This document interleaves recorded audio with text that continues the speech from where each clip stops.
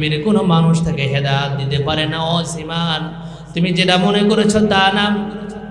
এইবার ইয়ামানের সেই লোক সীমান রাদিয়াল্লাহু তাআলা আনহু বলছেন, আসলেই তো মুহাম্মদকে জিনে ধরে নাই।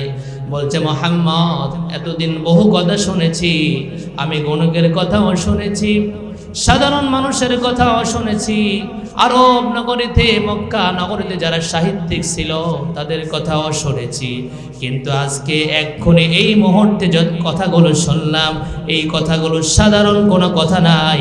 মুহাম্মদ তুমি স্পষ্ট পয়গম্বর, তুমি হাতটা বাড়াইয়া দাও, তোমার হাতের সঙ্গে হাত মিলে আমি ইসলাম কবুল করে মুসলমান হয়ে যাব।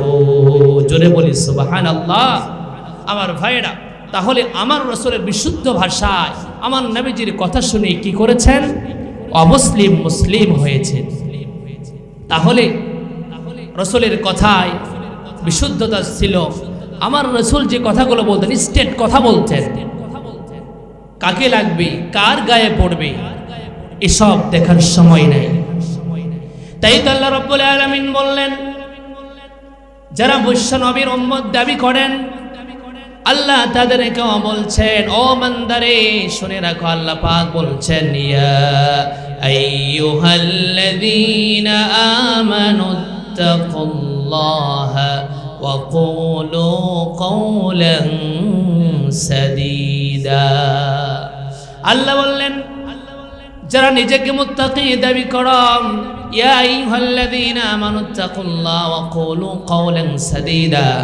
যখন তোমরা কথা বলবে সত্য কথা বলবে, যখন তোমরা মানুষের সঙ্গে কথা বলবে মিথ্যা কথা আশ্রয় তোমরা নিবে না।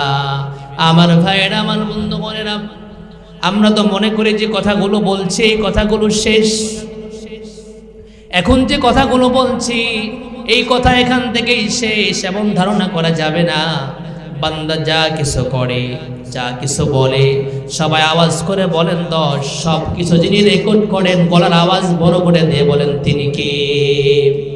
আল্লাহ রাব্বুল আলামিন তাই বলছেন, ওয়া কুল্লা শাইইন আহসাইনাহু কিতাবা ফাযুকু ফালান নাযীদাকুম ইল্লা আযাবা।